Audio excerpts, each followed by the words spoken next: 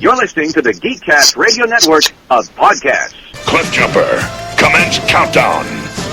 5, 4, 3, 2, 1. The Transformers, more than meets the eye.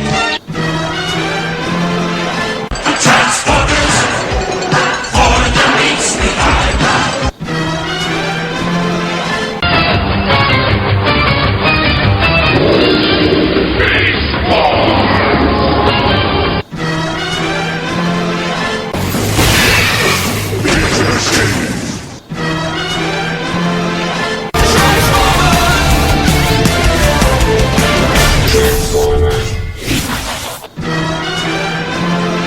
Hello and welcome to the 34th episode of ToyCast, sponsored by www.bigbadtoystore.com, where you can save from 20 to 90% on over 1,000 items. I am your host, Joe and Mike, and joining me fresh off of his trip to London is General Techno. Hello.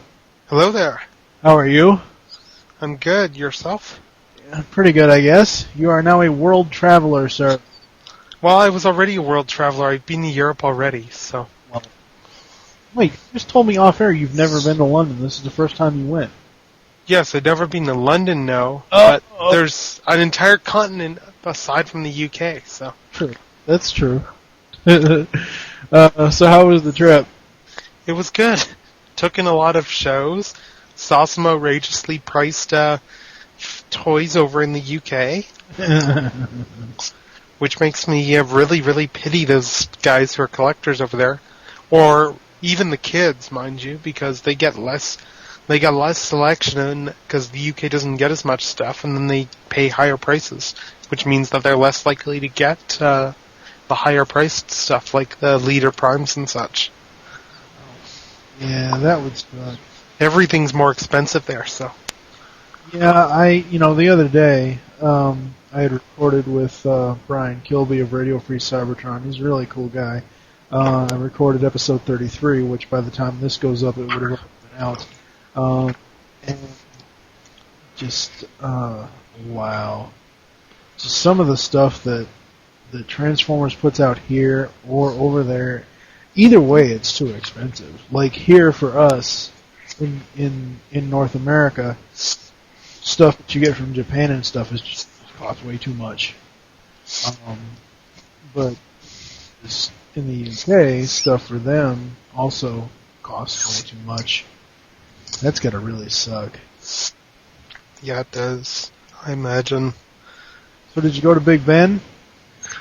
Oh yeah, I saw it. I saw like pretty much all the big sites. Went up on the London Eye. Really, really good view. The thing too when we went up was that it was like twilight when we went up, so all the lights were coming on.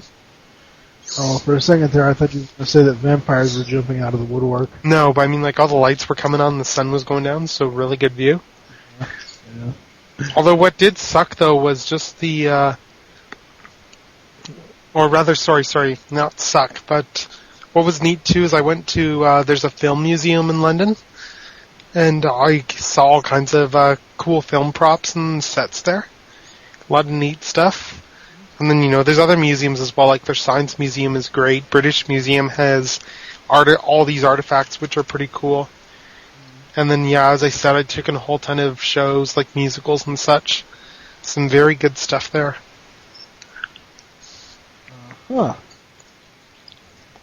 there's not much going on here. Is there a difference now, I'm sure you've had Christmas over here before, but is there a difference, like, experiencing Christmas over there versus over here? Well, over there was kind of low-key when we were celebrating stuff. I mean,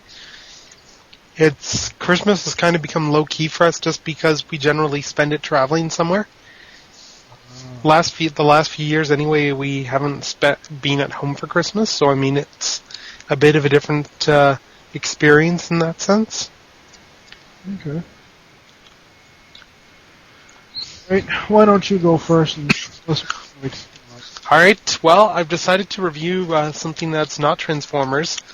I've got plenty that I could review, but it's ToyCast, so let's see what else I could pull out. And I'm going to take a look at one of the figures from the Bionicle Stars series of toys. Now, for those who aren't that familiar with Bionicle, it was a toy line that Lego put out. Let me just look up the year here. Yeah,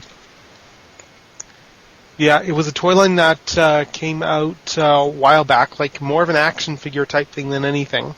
It came out back in 2001 in the U.S., and it's had a whole ton of bunch of associated fiction with it. It was very different from Lego's other offerings in that it was kits that would build specific characters.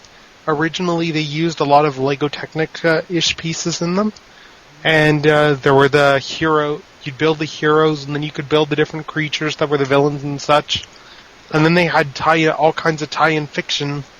Like, all the characters have, like, all these exotic names, which are of the type that, like anything else, you can only really keep track of it if you're into the franchise somewhat, because of all the names and such.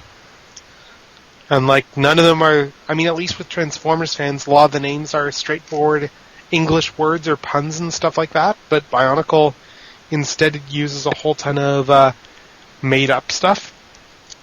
Kind of like, I guess, Lucas does for Star Wars. Hey, knock it off. He does. I don't know why everybody, all of a sudden, between this, we need to, well, actually episode 33 was the first episode of the new year for ToyCast, but, all of a sudden, the end of 2009 and the beginning of this year, 2010, people all of a sudden just start bashing Lucas. I'm not bashing Lucas, I'm just pointing out, I'm just making a comparison here. I'm not bashing the idea that the names are made up at all. Okay. All I'm pointing out is that similar in that to like all the extras in those movies, and that in order to keep track of anybody, you need to pay some degree of attention to the franchise. But I mean, was never a huge Bionicle fan. I read a bit of the fiction because my brother got Lego magazine at the time, so I was generally familiar with it a bit. And I actually got one of the first Bionicle figures, the Tahu figure from the original line of Bionicle, and he was one of the 6 Toa, and they were like they're the heroes in the series that were fighting against the other guys. And one of the gimmicks that they had was you could buy masks that would give them all different powers and such, which we never did, of course. We just had the ones that we got, but they were neat figures and such. And anyway, this year, 2009, is marking the end of the Bionicle line. After all this time, it's been a very successful line for Lego. It's evolved, they've kept the fiction going and such. They've had some stuff on TV, I think. They've done a whole bunch of direct-to-DVD movies. It's been a very successful property for them, and they've decided to retire it gracefully, it seems. And they're giving it one last hurrah with the Bionicle Stars line, which is basically re-releasing all types updates of a whole bunch of classic characters. And I decided to, alright, after a bunch of convincing on Twitter by a few of the people that I follow, specifically, I believe it's Darth Shadow especially, who got me to get this figure, I decided to pick up the Bionicle Stars Tahu, just to see be able to compare the two, the original to the new one, and just see how it evolved and such. It seemed almost fitting to get one from the beginning and one from the end. Okay. Anyway, on to the actual figure itself. One thing I noticed right away is that they've definitely gone down in terms of difficulty to put together. The originals, they felt a lot more like Lego Technic type kits. And the really big thing was that the original ones all had gimmicks in them where they had some sort of geared mechanism that would do something like, say, move the arm, for instance, that you would assemble. Again, that's very reminiscent of stuff with Lego Technic toy line.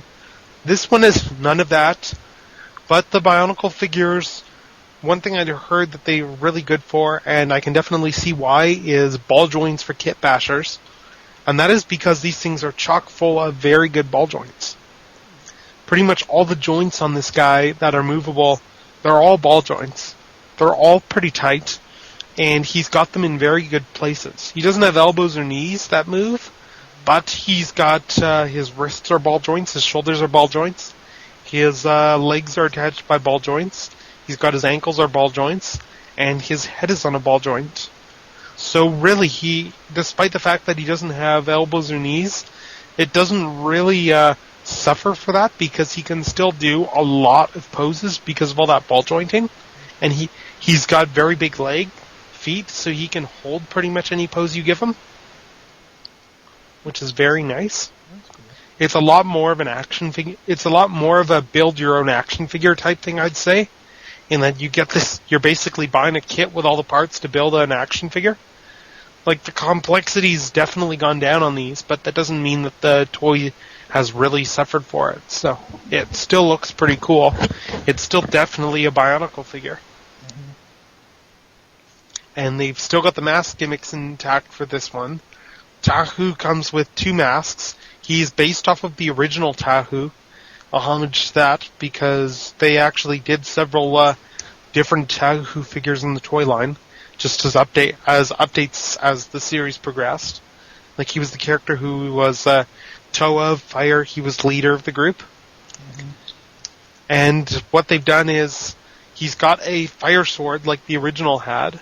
Although this one, it's not an arm that's attached to a geared mechanism, but it's as I mentioned before, but it actually benefits from that in posability, because the originals, they were posable, but I think these ones definitely beat them out in terms of posability.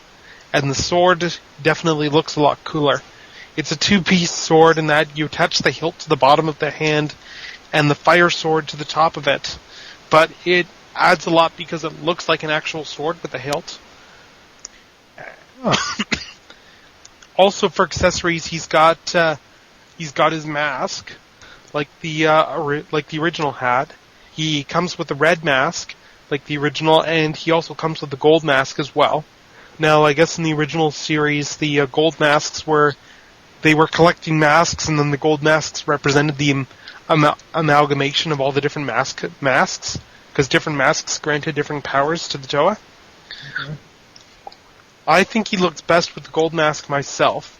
Although the biggest thing that I don't like about this figure that I liked about the originals more is, whereas on the originals they, if memory serves, I think that they cast the head in gray plastic and then the eyes in a different one. But on these, the heads are completely clear plastic, like the eyes. And even though that doesn't really matter much because you're generally putting the masks on these guys, I still think it kind of detracts to not have a head that's a solid color. Yeah. But that's just me. But yeah, also there's a gimmick for these guys where there's a collect them all gimmick in that if you get all of the Bionicle Stars Toa figures, each one comes with a different piece of golden armor that goes on a Tahu. So if you get all of them, you can give him... Yeah, it looks like that. You can give him... golden shoulder armor, shield, and chest armor as well, if you get the other ones.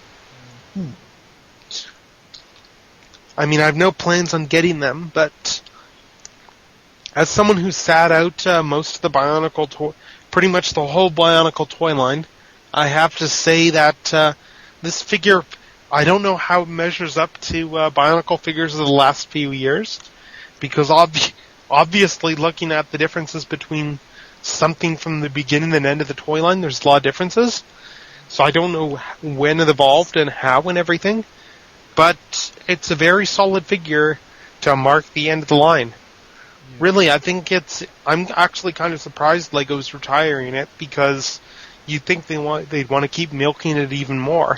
But apparently they're still going to be continuing the fiction in some form, which I imagine is good for the fans. And, again, I know very little about the fiction, other than that they've got fiction that's been ongoing, and that's gotten somewhat complex in terms of the storytelling. But the fiction's going to keep going, despite the toy line ending, and who knows, I suppose that in another decade, this is going to be retro, so they'll probably end up bringing it back then. Yeah, true. Well, that sounds pretty cool. I don't know. Every time I see those commercials for Bionicle, I'm like, really? You know, What? Why the really? Just curious. well, I don't know. When I was a kid, Legos were something that you could build like giant blocks. They weren't like Legos were the unattainable things when I was a kid, as far as painting like this giant. You know, you see the Lego commercials with the giant spaceship and the little Lego guys running all over. Oh yeah, Lego was awesome. You know, I'm not saying anything against Lego at all. I love Legos. You know, they were what I was playing with when I was that age. But you know, it just I don't know. But keep this in mind though with the Bionicle toy line. It's less of a Lego set and more of a toy line that's made by Lego. True. I mean, if you look at the boxes, Lego's logo is downplayed on the boxes. Like, it's not like Lego sets where you've got, like, a big Lego this, Lego that. You've got a little Lego logo at the bottom of the front of the box and at the bottom of the back of the box, but Bionicle is the big word that's prominent. Right. Really, it's no different than, it's just another toy line, I'd say, that's just happens to be made by Lego. It's a lot more like just a standard boys action figure toy line than it is a Lego toy line, and it shows just in the design of the figures and the fact that they've got fiction and direct-to-DVD stuff and such. Lego's taken a very different approach to marketing it, and to be honest, I'm kind of wonder if part of the reason they might be folding it is that they're just trying to refocus around their core business, which is Lego. True. Yeah, that's probably what it is. Yeah, even though it's a successful brand and it's got brand name recognition and stuff, but I can see them retiring it simply to give it some chance to breathe. They've learned a lot of lessons from Bionicle, but who knows? Maybe they'll bring it back in a few years' time, or bring back a toy line that's a successor to Bionicle. Yep, maybe. I mean, I know that I was reading that Lego, they've actually, a few years back, they were having financial troubles because they spread themselves too thin in terms of they were doing all kinds of stuff that wasn't part of their core business, and they were starting to lose money after decades of never posting a loss. I hope to God Hasbro never does crap like that. Sorry? I said I hope to God Hasbro never does crap like that. Like what? Post losses? Well, no, but I mean like go in a certain direction and keep going in that direction even though they may lose money on it. Well, to be fair though, Bionicle was never a money-losing direction, I don't think. It was always a very successful line, but Lego got into a position where they just had their hands in too much stuff. Like, for instance, they were running all these theme parks and doing games and stuff, and then they sat back and said, look, what are we doing? They trimmed the fat wherever they could. Like, nowadays with their theme parks, they don't actually run them anymore. They license them out. And it's the same with the games. They don't actually do any of that stuff in-house. They license it all out to their partners. Yeah.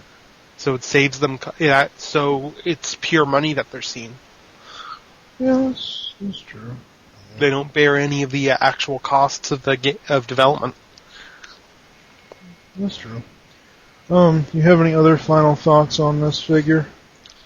Not really, other than Bionicle, really. It's something that, for me, I was kind of too old to get into it at the time.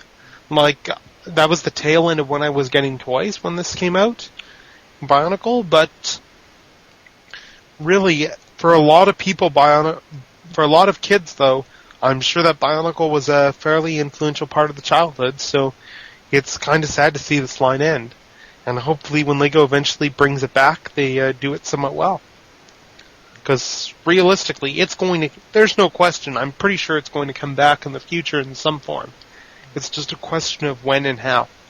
Yeah, that's kind of like the Robot Heroes line that Hasbro said is going away permanently.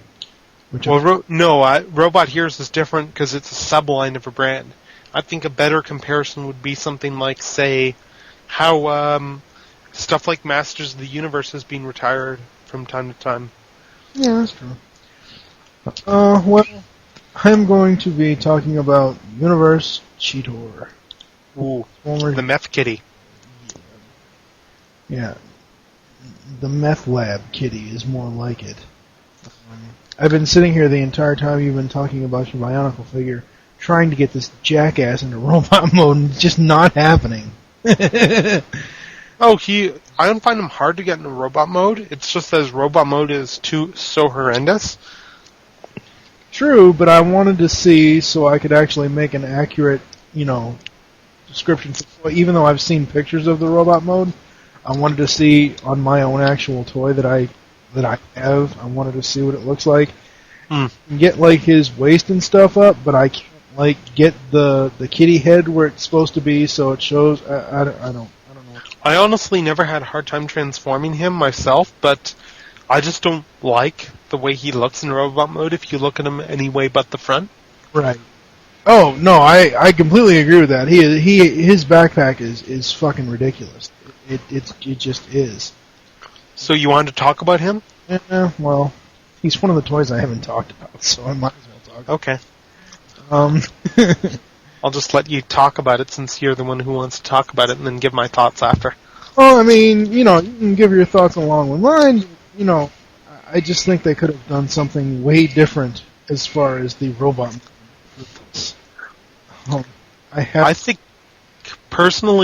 that the figure suffers from over-ambitious design, in that the way they approached it, I think, was that's an example of, how you can have figures where the robot mode is the primary focus, so the alt mode is sacrificed? Mm-hmm.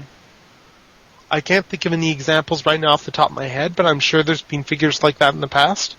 Yeah, they've done vice versa with this. They paid too much attention to the alt mode and not enough attention to the robot mode. Here, I'm turning the video on for Skype because I want you to see what the hell I am with this thing. Sure. It loads. There it goes, I think. I hope. Yeah, I mean, the thing that's with the Cheetor, though, is, he's... Okay, yeah. See? Yeah, he's not quite there. No, he's not quite there at all, whatsoever. Nope. Yeah, this is one of those toys where it's like same thing when I did Hound. I couldn't get Hound's waist to where it's supposed to be. Said screw it, and I just put Hound back in Jeep mode. So I think Cheetor may end up back in cat mode. Well, to be honest, there's nothing wrong with that. With Cheetor, he's a figure that was clearly designed because the way I think that they did it when they were designing them is they looked at the original Cheetor figure and they said that what can we improve on this, and that was the alt mode. They wanted to make him a more realistic cheetah. Well, which the original figure was more of a tiger than a cheetah.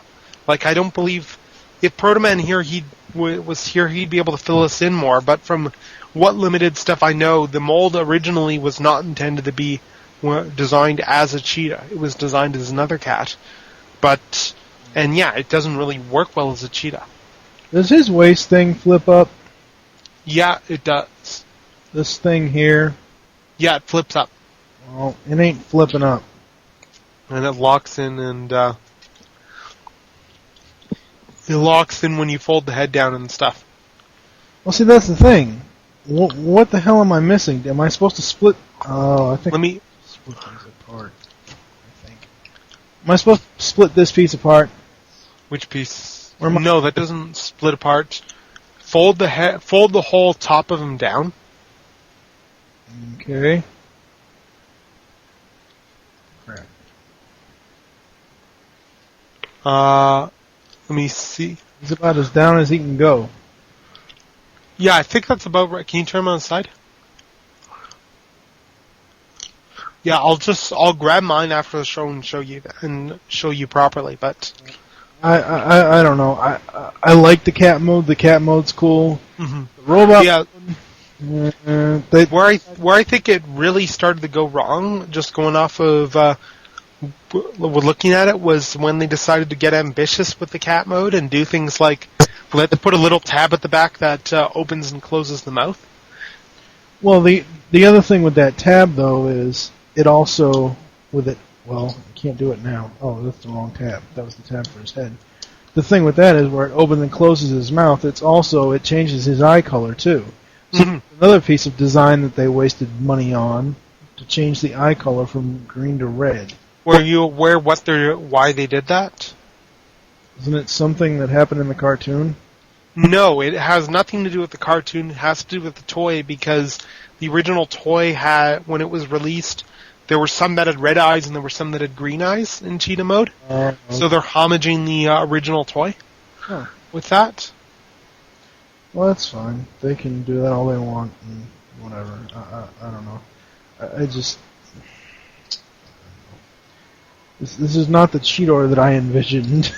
Outside of the cat mode, this is not... Well, no. I mean, the cat mode is a massive improvement on the original Cheetor toy. Yeah. I've got the original Cheetor, so I know. Right, and I'm not saying anything against the alt mode for this, but robot mode is left something awfully to be desired. I think the big problem with the robot mode is the big back hump, which that could have been compressed when they were designing it, except that they decided to put that tab there for opening and closing the mouth. Yep. So that keeps it from moving anywhere. Yep, it does. I honestly have no clue, but overall, he does have a really excellent cat mode. Oh wait, I think I just made a breakthrough. Holy crap! I didn't break anything, but something went somewhere where it wouldn't go before. But anyway, yeah, Universe Cheetor, get him for the cat mode only. Or if you're a completist and Cheetor fan, like I mean myself, I'm just trying to think. The Cheetor figures that I don't have are I don't have the Voyager Beast Machines figure, the McDonald's Cheetor from the Beast Machines line, I guess I don't have the Night Slash Cheetors, either of the Night Slash Cheetor mold figures either. But I do have I have representations of the original Transmetal and Transmetal 2 Cheetors, plus the Supreme one. Now, and Titanium. Transmetal 1 Cheetor, the one when he first went Transmetal, not the yellow and black. Yes. The other one. How easy or hard is he to transform? The Transmetal Cheetor is a great figure. I got him when I was a kid. He's a great toy. The biggest problem I had with him is, and this is more due to the fact that the way my brother and I played with our figures, was just that his hands got really loose eventually because they were ball jointed, and because the hands are formed from the cheetah head. Oh, okay. Right. And they eventually started to fall off easily, and I've even lost one of the hands. So I've got a Cheetor. I've actually gotten another one that's mint in box that I haven't, that I picked up at TFCon that I can't bear to, that I haven't been able to get myself to open. Why not? Well, because once I brought it home, I was like, do I really want to open this? So right now it's just sitting in my in a drawer. It's still in box. Did you get it through a trade, or did you? No, I bought it. So how much did you buy it for? I think I paid like 20 Canadian or something. Not bad considering it's a 10-year-old. It's a 10-year-old toy. Yeah. Well, like I said, overall, you should get Universe Cheetor mainly for the cat mode. Mm-hmm. Yes, Cheetors go. I think the best one is the Transmetal one. The Transmetal 2 figure is also very good. And I'd also put the Titanium Cheetor up there as well for the best Beast Machines Cheetor. I think with the Transmetal 2 one, because I had him mint on card, and I sold him because it just... After I saw the show, after I saw what the cartoon version of Transmetal 2 Cheetor looked like, they really skimped on the black on that on the figure. They made him more yellow and gray than they did black. Well, they also took some liberties with the design in that on the show in that mainframe slimmed down the hump a bit.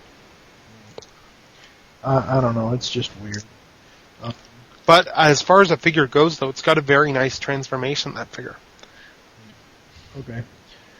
The Transmetal 2s, overall, they're good figures. So yeah. All right. Well, I think we're going to close this one out. Not much really else to talk about. So thank you for joining us here on ToyCast. There are several ways to get in contact with us to leave feedback for the show. The first is you can visit www.geekcastradio.com, find all the other GCRN podcasts there. The second is you can stop by PredaconEmpire.com/Nexus, get all your Transformers and GCRN topic discussions there. The third is you can leave the show feedback on iTunes. Please do this. The fourth is you can visit www.earth-2.net. On their forums, you can find our threads for the shows in the self-promotion section. And the fifth is the email address, which is tftoycast@gmail.com. We now have a voicemail line. Call us and leave us your thoughts on each episode. Be sure to say which show you're leaving a message for and your name. The number is 502-526-5821. You can follow us on Twitter. The show name there is TFToycast. Mine is TFG1Mike. And what is your Twitter? Mine would be General Techno. We hope you enjoyed this episode of ToyCast and wish you'll join us next time. Please be sure to visit our sponsors, www.bigbadtoystore.com, for all your Transformers and other toy needs and more. For now, I am TFG and Mike with General Techno, signing off. In more words of Optimus Prime, transform and roll out, and thank you for listening. Until next time.